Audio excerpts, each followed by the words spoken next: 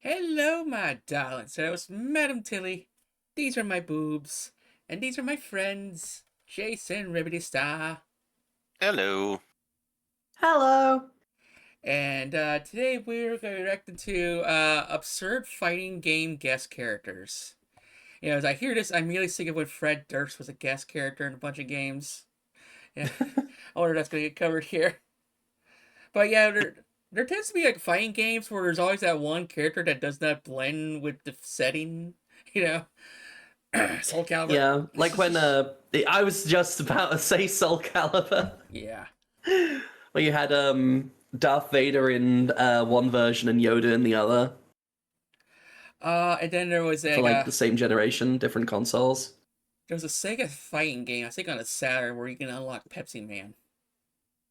Oh, fantastic!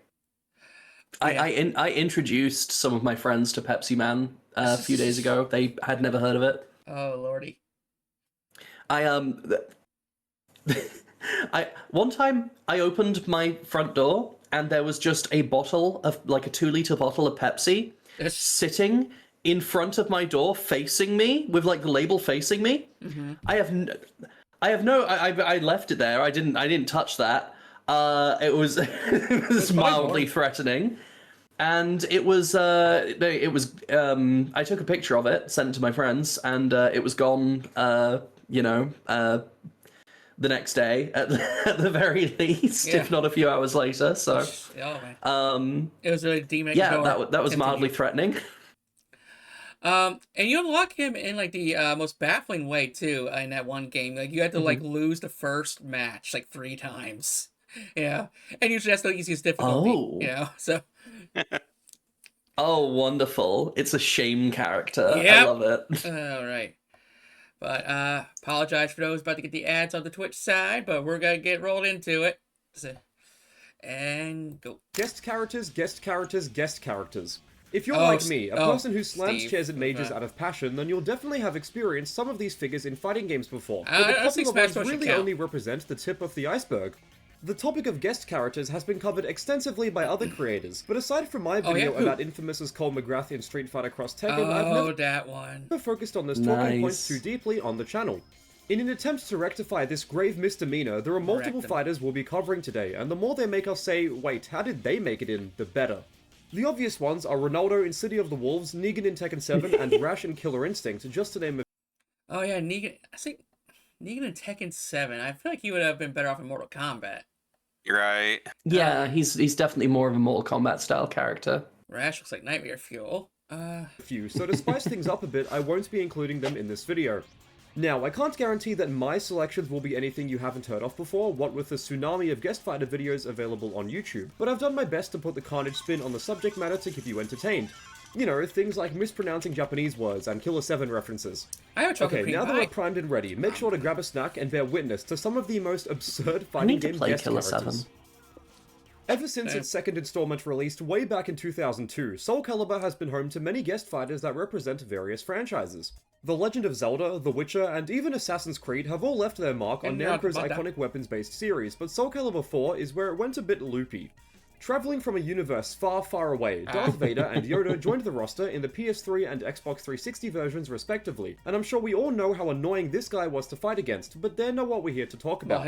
Interestingly, there's a third Star Wars rep available on both consoles, and his name is Starkiller.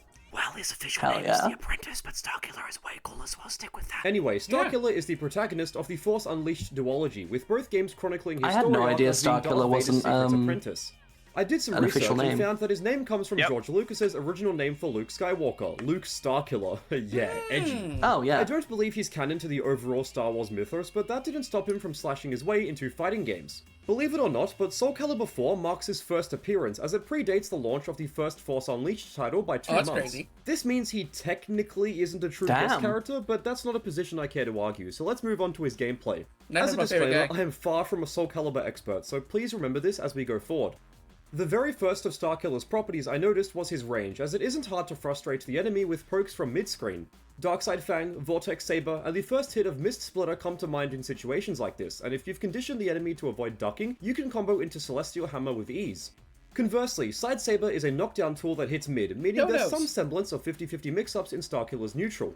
If you're feeling ballsy, you can even throw out Star Divide, and holding up will allow Starkiller to pursue the enemy into the air at the cost of some Soul Gauge. On the topic of Soul Gauge, it can be used to pull the enemy towards you, start grounded combos, shoot out a projectile that hits low, and perform an unblockable series of lightning strikes. To say that Starkiller has unique ways to interact with meter would be an understatement, but with how it's often used for satisfying combo enders, running out of meter can really screw you over. Optimal meter management is what separates the newbies from the experienced Soul Calibur Giga Chads, as you have to know when to spend and when to refrain. Aside from meter, I also noticed that some of Starkiller's useful tools have considerable startup. I wouldn't go as far as to say that he's a slow character, but there's no doubt in my mind that anybody who actually knows how to play properly will be able to react to his Hell Sweep and 8-way strikes. However, this doesn't apply to all of his attacks, as there are plenty of opportunities for quick pokes. Starkiller has more than enough moves to crush the enemy's defense from a variety of ranges, but he can't always do this quickly. I can imagine players having to mentally juggle frame data, meter management, stage positioning, etc. all at once, leading to Starkiller not being the easiest character to utilize. On top of all this, his optimal combos and resets demand well-rising attacks, unorthodox attack angles, and specific spacing, adding even more complexity to his game plan. Perhaps my favourite quality of Starkiller is that he gives you exactly what you put in. If you play him casually, there's plenty of fun to be had performing flashy special moves, but mastering his intricacies is like playing a whole new character. Out of curiosity, I did some looking on the 8-way run website and found some old Soul Calibur 4 tier lists. We can see that Starkiller was considered to be mid-tier, but that didn't stop him from making it to Grand Finals at CEO 2011. It's awesome to see Starkiller make it this far at a major, and if you have access to the game, I suggest trying him out for yourself. Oh, poor Moving Sophie, on to- Tia. That character, her boobs and grew every game, and her clothes shrank every game. Oh no. I do literally as comparison, and it's crazy compared to like she was like pretty much like a B cup in the first Soul Calibur, and then her boobs are bigger than her head. Yep. Oh god. And I remember playing Soul Calibur against my sisters, Leanne. Because she's one like she would brag if she was winning, and then fucking cry and moan if she was losing. It was just, siblings. Also, yeah, I think I was actually into video game tournaments and won one of them in Soul Calibur, Soul Calibur 2 exactly, and I bubbled my way into victory because the whole tournament because I was like, this is the first time I ever played with a GameCube controller. I'm like, I never played this before because I played it on PS2, but it's specifically a GameCube tournament, and so everyone sees me like, yeah, like I don't know what I'm doing with this thing, so they're like, easy victory, and somehow I bubbled my way into winning the whole tournament, just because I knew Nightmare's moveset, pretty much. You know, the first time I ever played a fighting game like this against other people, yeah, it was at a local local Comic-Con, or it was like name of town here -con, you know. yeah.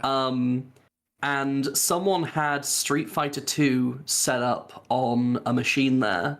Yep. And I sat there and I played against a bunch of people, and I actually did really well. And I was like, oh my god, okay, maybe I need to go play Street Fighter. Yeah, Mike, we're doing. And I got really into 6 for a while. Oh, I really like it. And then fell off. Yeah, record one more reaction video before playing the 100% orange juice. But I think I've been in altogether 6 tournaments, 1 freedom. Let's see here. I mean, I was in 6's competitive scene. I was hard stuck, like the lowest rank that it is possible to be stuck in, because like the first rank, the like newbie rank, you can't fall back into that once you get out of it. Yeah. But you know, I was just hard stuck bottom rank in actual competitive play, but I was having a lot of fun. Yeah, That's good. Yeah, like I won Street Fighter 2 and a Mortal Kombat 1 tournament. Lost another Mortal Kombat 1, and I lost in a NBA Jam. And then I won and lost in the Soul Calibur 2s, because that second tournament, they were ready for me, and took me out in the first round. It's just, so I'm free. Yeah, that's what we're doing, Michael. Try out Starve Harv Bad translation videos are really funny. Interesting. Oh yeah, I'll look into it. Okay. Ooh. But Street Fighter now. Wacky Capcom territory now. Street Fighter Cross Tekken is home to many a guest fighter, and I'm played sure this a we lot, all too. remember just how depressing bad box art Mega Man's beer belly is. Oh. However, we can get even stranger, Salty. and this brings me to Toro and Kuro. These lovable little critters are from Doko Demo Those Issue, are a awkward, Japanese yeah. exclusive PlayStation series with some of the best box art I've ever seen. This Okay, all okay, sounds okay. great, but it begs the Yeah. question, how did they make it into a fighting game? They were I mean, also they're in, cats, and it's not PlayStation like combat All-Stars. plays a large role in their original source Nice. material, so how could they go up against someone like Hugo? Well, they were first announced at Tokyo Game Show 2011, and I believe their inclusion stems from Capcom and Sony teaming up for some absurd marketing. Should done a Doko bit of Demo a thing, Issue yeah. hadn't jumped over to the West at that point, so I assume that most of us English speakers were scratching our heads at their insertion. Both characters are absent from the Xbox 360 and PC versions, although the latter can I'll be be like, modified to mascot feature them characters, again. okay, With whatever. this in mind, there's all sorts of gameplay shenanigans Just they the can shit bring to the happening in the table, and background Street right Fighter now. Cross Tekken is a team game, it makes perfect sense to pair Toro and Kuro up, right? Well, not really. Toro is a reskinned Ryu, and Kuro is a reskinned Kazuya, so they don't possess many standout properties outside of their height. At a first glance, it's normal to assume that many attacks would fly over them, but this sadly isn't the Ryu? case. Hell, they'll even levitate when attacked to ensure that they properly take damage, and when combined with their shockingly low health, it's not very hard to take them out.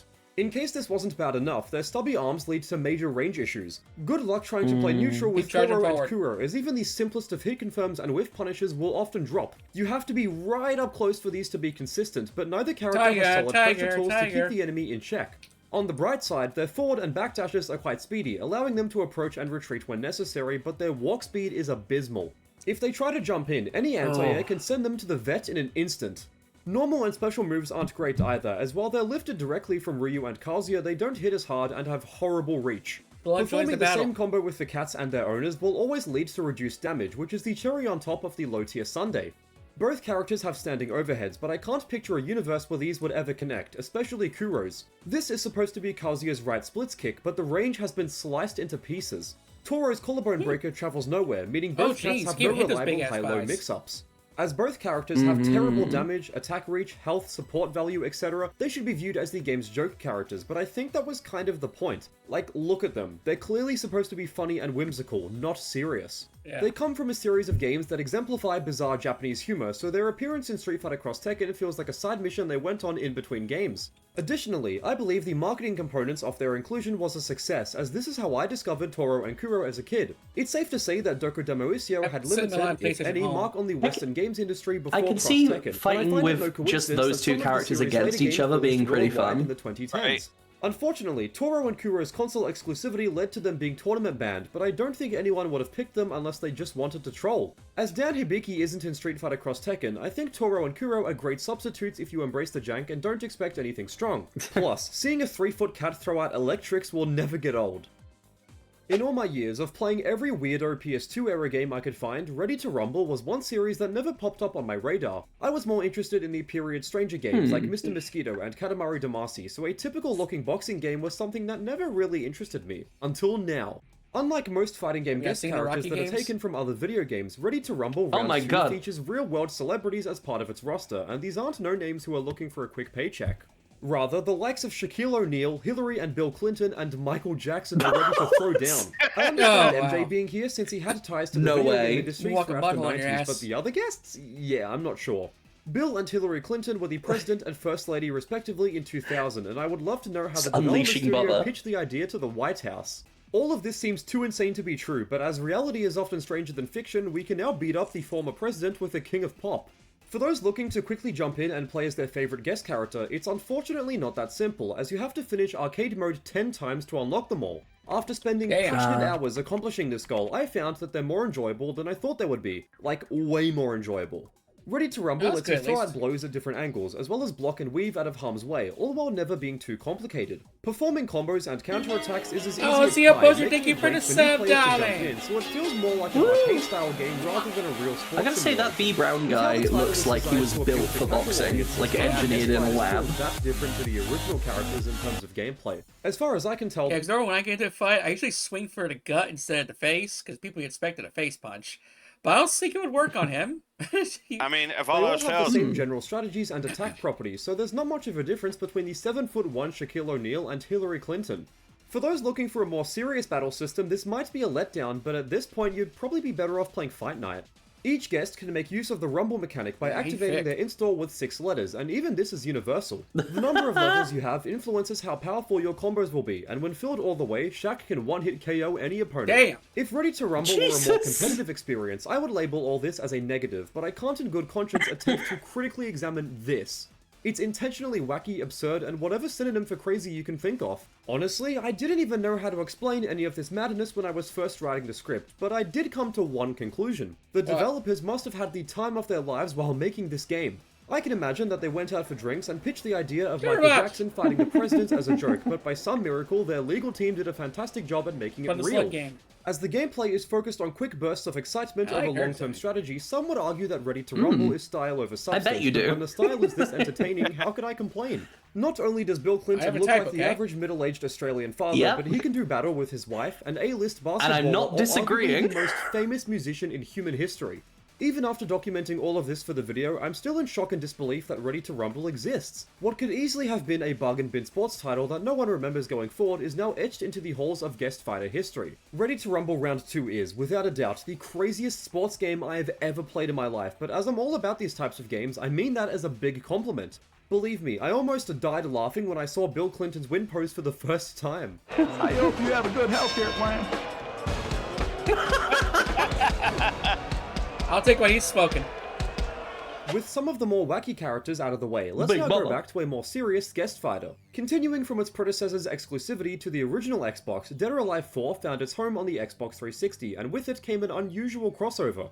If you finish story mode with every character, you'll notice that someone resembling Master Chief from Halo is now playable. Well, it's actually Spartan458, or Nicole to give her real name. The original plan was for Team Ninja and Bungie to collaborate and have the Chief himself be playable, but Bungie disapproved of this idea for storyline reasons. Not wanting to drop the deal entirely, the studio created a woman instead, and staged specifically for Dead or Alive, using concepts they had created for Halo 2 as a base. As Halo is primarily a first-person shooter, it may seem impossible to accurately represent the series through the lens of a 3D fighting game, but as many of her attack strings reference the original source material, fans will have a lot to cherish. Anyway, Nicole is all about getting up close and personal for big damage, with some attacks being borrowed from Leon and Bass. Speaking of Bass, I noticed that Nicole is taller than him, making her one of the largest fighters in DOA history. This makes sense considering she's a Spartan, and it complements her devastating strikes. Whether you want shoulder tackles, long-range kicks, or even plasma grenades, Nicole can seemingly do it all. Her move list is quite simple too, coming in at only 56 attacks, which is lower than many other fighters. When you filter out the situational types of moves that won't be used very often, it leads to Nicole being great for players who dislike memorizing hundreds of individual strikes. In fact, I'm pretty sure that she's very strong at all skill levels, as some old tier lists on the Free Step Dodge website place her in S tier. I'd like to mention that in high-level competitive play, a lack of stances, backturn strikes, and general complexities can lead to predictability, and I wouldn't be surprised if the player base quickly caught on to her animations. As I'm not familiar with the specific details regarding her frame data and punishment, I can't provide a thoughtful opinion on these qualities of her character, but what I can say is that her combo game is nuts. One attack I feel is quite strong is her spinning foot sweep. This is a low that knocks down when close, leading to a full string. When spaced all the way, it slightly staggers the opponent, but you can even use down forward punch from a distance to catch them ducking for a 50-50. Brute Basher is a slow yet powerful combo starter that launches after a critical hit, doubling its use as a combo tool. The linear trajectory means it can be sidestepped however, so be very careful. Mac Lunge and SPNKR Lunge can initiate combos, with Ghost Destroyer being my favorite combo extender. It keeps them close, which is great for pressure, and if you land it after Brute Basher, it becomes a ground bounce. From what I can tell, Nicole doesn't have to choose between damage or Oki in her combos, as she can easily get both with the right string. If the enemy catches on and begins to expertly defend, don't worry, because there are plenty of throws for you to use. We have grabs with great Oki, grabs that force them away, grabs that start combos, grabs that lead to extensions, and grabs that can catch crouching opponents, just to name a few. Bouncing them off the overhang. Nicole has 1,000,001 ways to dismantle the enemy's defense, but she requires players to refrain from being too aggressive. Getting punished for repeated strikes is DOA 101, and with how our combo starters tend to have noticeable startup, they'll lose to faster strikes. Also, useful tools in her arsenal will whiff when spaced, leading to opponents who are familiar with the matchup knowing which types of attacks you'll utilize at this range. It may seem like a good idea to use Spartan Spin Kick as a long-range poke, but it can be ducked or countered. I never played Halo that much growing up, which is ironic because I was always an Xbox kid, but I enjoyed Nicole way more than I thought I would going in. Her simple yet effective fighting style reminds me of Jason in Mortal Kombat X or Hagar in Marvel vs. Capcom 3, so if you're a fan of big brutes, I suggest you give her a go. Yeah, I didn't get an Xbox until the 360. If you've ever Same. played an old arcade game developed by Sega and thought, wow, this game is pretty fun, then there's a high chance it was Oh, developed I by know. AM2, a legendary division of Sega responsible for pumping out hit after hit. This one's great. 1996's Fighters Megamix was one such title, and with its And the blend reason of I had a fighting graphics 360 and was 'cause it Virtua was Fighter, cheaper than the provides a unique PS3. gameplay Yeah. experience, one that's made even wilder with its many guest characters. Pepsi Man and the Hornet car from Daytona, USA immediately spring to mind, Yeah. but I There he feel is. like getting more obscure. For some reason that I assume involves lethal amounts of alcohol and sleep deprivation, the AM2 logo is playable. Yes, that's right. Their cool logo with the stylized palm tree is a playable character. Some poor soul within Oh, Sega dear. had to rig, model, and It animate has a its flared tree, for base, so goodness could sake. go up there. To make matters worse, you have to play Fighters Megamix for 84 I want a mod that hours to replaces it unlock with the the character. Pixar lamp. And even then, it's not even on the select screen. You have to select Kuma-chan 84 with the hours. Z button to make it appear. For this much work, I expect this piece of flora to knock my socks off. What I find most interesting about AM2, aside from it being a sentient plant, is that it has no arms or legs, so it has to rely on shoving attacks. I have no clue how the opponent is supposed to react to and defend against any of these animations, but I guess that's part of being a palm tree.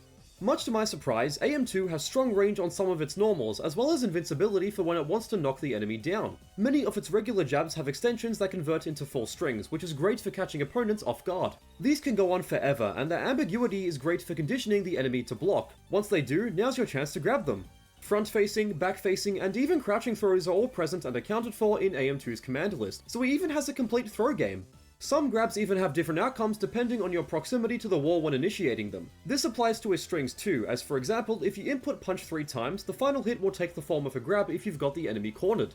A flaw of AM2 I happen to notice is that many of its movement tools and larger attacks have noticeable recovery. They appear as though they would recover quickly, but you really have to wait for the tree to return to neutral before you can input your next attack.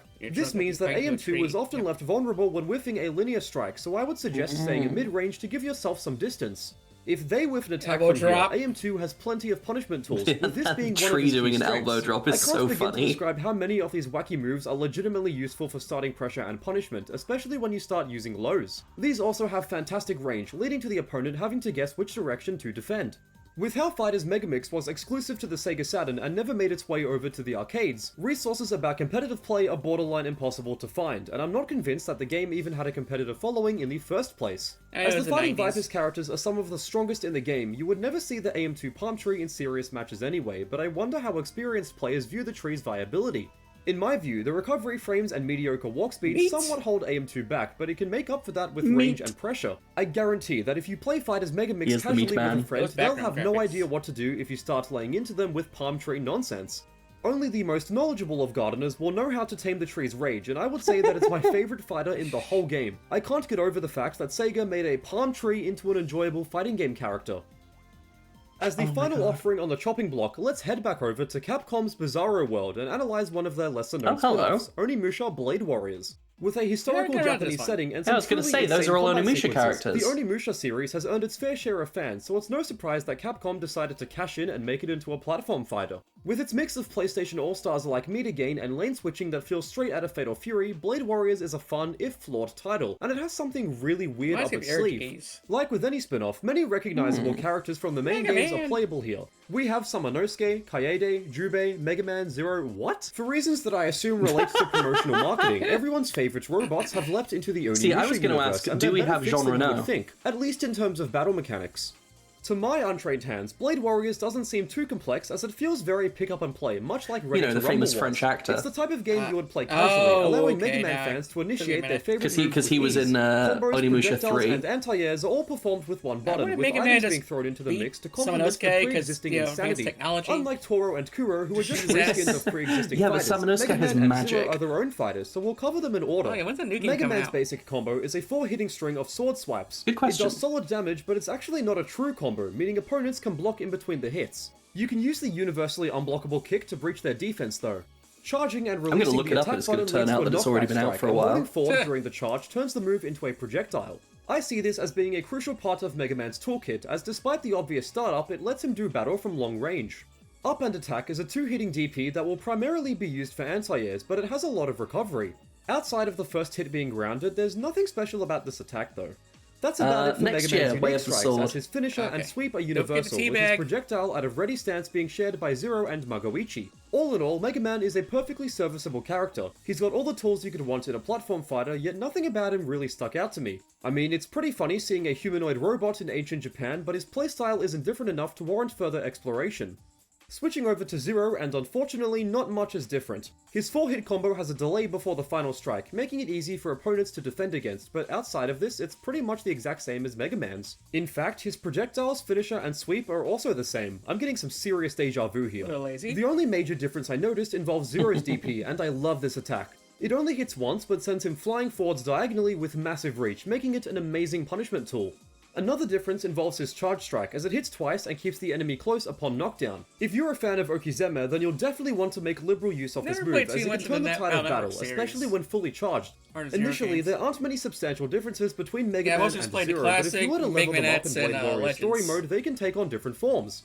Ground-style Mega Man has access This to a entire force field and time, a I know new the dash focus attack, is the whereas Mega Man Bug-style Mega characters, Man but can I've alter just his been charge thinking attacks. about, I should Proto Zero is replay identical, but Onimusha does more damage 2. overall, and Ultimate Zero, even with his powerful name, only Like, has a I don't stronger like it laser as beam. much as the That's a first real one, but I letdown want to for give it Core another Zero, but shot. At least Mega Yeah. Man got some cool new It's stuff. pretty Especially decent. now that there's a After having grinded out remaster Blade out. Warriors matches Yeah. to get footage, I realized Yeah, that the first it's the game kind was of a pretty game where good the Resident system Evil mechanics clone. overly dictate how matches play out, so every first game encounter was starts to feel cinematic. samey over I time. adore With how the control futuristic scheme Mega of the Man and Zero's first. Well, arsenals are, it's the a same shame they control don't scheme in stand out both more, games, hey, but I'm just glad the there's a control game where scheme in Zero isn't a Onimusha is busted top tier. fantastic.